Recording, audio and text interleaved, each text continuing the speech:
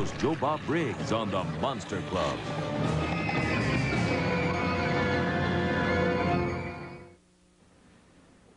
Bet you didn't expect to see Stuart Whitman in that picture, did you? Has such a classical British kind of feel to it. Stuart was one of those actors who didn't really have a trained voice, didn't really talk like a Shakespearean or anything, but he was kind of a name in the B-movie world, as we discovered a few weeks back when we showed the classic giant killer rabbit movie, Night of the Lepus.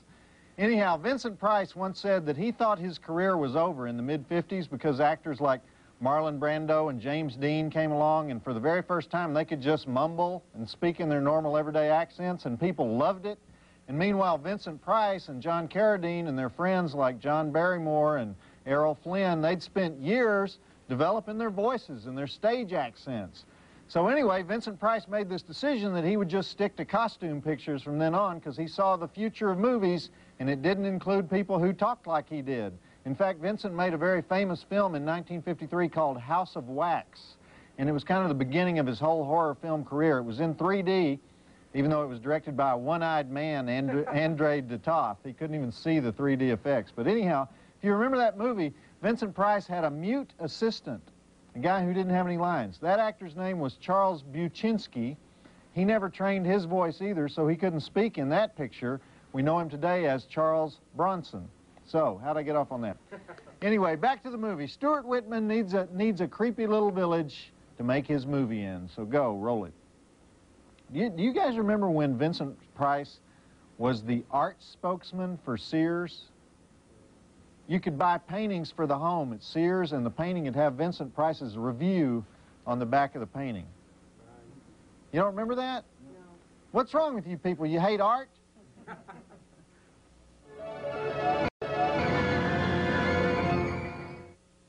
All right, nothing like a good zombie story to finish off the Monster Club. And, you know, originally they had the order of those stories reversed. This story was second, and it was followed by the Donald Pleasance Vampire Hunter story. But this makes more sense to me because when the undead walk, that's the ultimate in horror.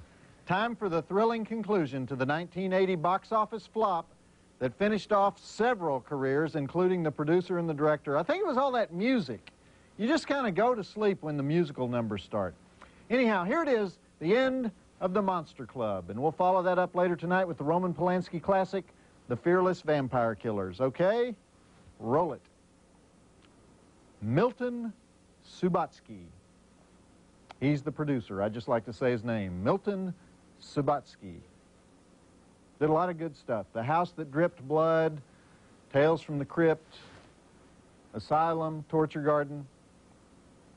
Unfortunately, his name was Milton Subotsky.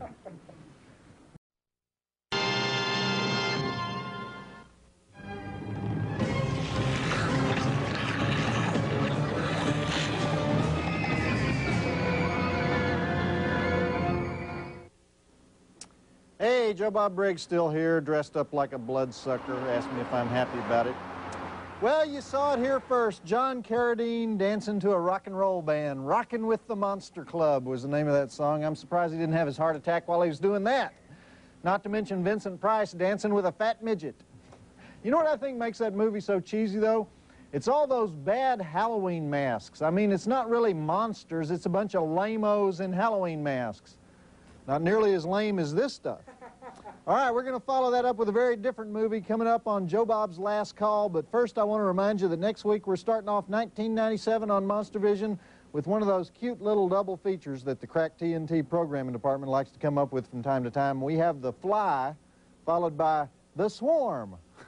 We're showing the Jeff Goldblum Fly from 1986, not the Vincent Price Fly from 1958. And it's one of the greatest insect horror flicks ever made. Unfortunately, The Swarm is one of the worst insect horror flicks ever made. Remember the Towering Inferno and Airport and Earthquake, all the great disaster movies of the 70s?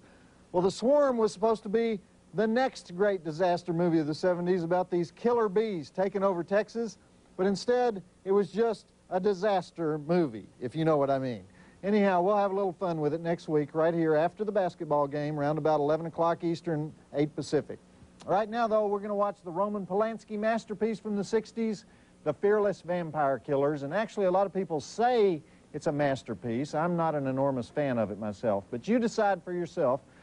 This thing didn't show on TV for about 20 years due to the Charles Manson murders. It just gave people a weird feeling to see Sharon Tate, who was Manson's most famous victim, being a victim in this movie.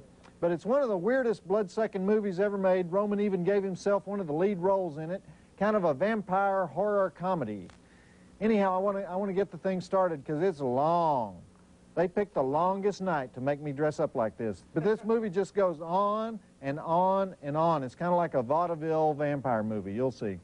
Anyhow, I'll give you the drive-in totals at the first break, and we'll have the mail girl back on a little later. There's still a whole lot more stuff coming up on Joe Bob's Last Call, starting right now. Roll it. Isn't it fun every time Charles Manson comes up for parole? You know, he goes before the parole board and says, "Yes, I am Jesus, so let me out." And then he's surprised when they don't let him out. Charlie, if you're watching, I'm not making fun of you. You got to be careful. We got a lot of guys in Vacaville watch this show. They write letters to me. Talk about my hiney. Whew.